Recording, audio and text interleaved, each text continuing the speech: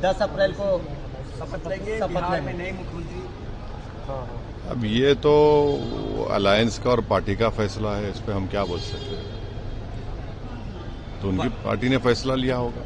पर सर जनमत तो 25 से 30 नीतीश कुमार के नाम पर इन लोगों ने दिया। हाँ वो तो है, आपकी बात में सच्चाई है। सर बिहार में महागठबंधन की यदि सरकार बनती है तो क्या AIMIM समर्थन देगी? बन रही है क्या? नहीं, आरजेडी के नेता कह रहे हैं कि खरमास के बाद अभी खेला होना बाकी है और तेजस्वी जी जब खेला करेंगे तो सारे लोग देखते रह जाएंगे।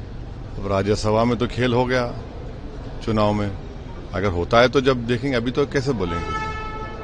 अलग अलग राज्यों में चुनाव हो रहे हैं, क्या लग रहा है? आसाम में चुनाव क्या है, स्थिति आप है? उसी से चुनाव लड़ रहे हैं, वहाँ आपको लगातार कांग्रेस लेफ्ट के द्वारा TMC के द्वारा फिर वही कहा जा रहा है जो बिहार में कहा गया कि आप बीजेपी की बी टीम। कोई बात नहीं, बोलने दीजिए। बिहार में भी जो वो लोग बोले थे उनकी बात का कोई जनता पे असर नहीं हुआ, इंशाल्लाह यहाँ पर भी नहीं होगा। सर ममता बनर्जी ने अपना मैनिफेस्टो उर्दू में जारी किया है सर।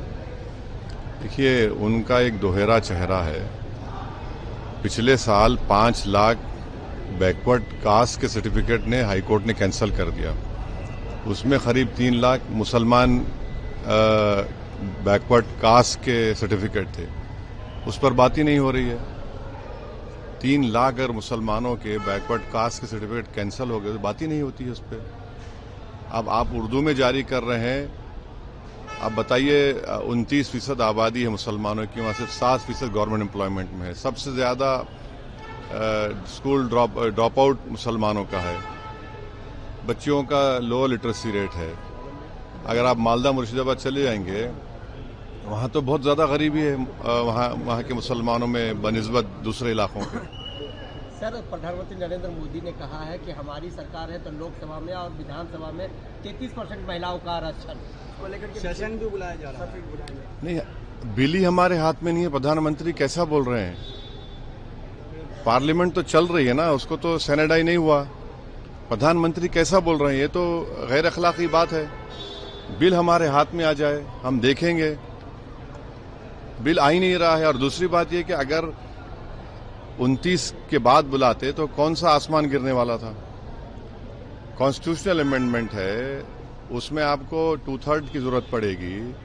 और बंगाल में 42 MPs हैं, तमिलनाडु में करीब 40 हैं, केरल में 20 हैं, असम में है। भाई ऐसा ही अगर आप मिला लेंगे तो करीब 150 MP तो चुनाव में लगे हुए हैं, करीब 150। तो इतनी जल्दी क्या है? आप 29 के बाद बुला लेते। बिल तो सर्कुलेट कर दीजिए, उस पर हम बात करेंगे, पढ़ लेंगे। अब आपका प्रॉब्लम बीजेपी का ये है कि 16 को सेशन होगा तो 16 के दिन सुबह में हमारे सामने अलादीन के चिराग से जिन निकलेगा एक, कैसा पढ़ेंगे उसको? ये तो बहुत सी चीजें हैं ना उसमें। तो ओबीसी का भी महिला का आएगा, सब बातें हैं। तो अभी तो बोलना मुश्किल है। चलिए, थैंक यू।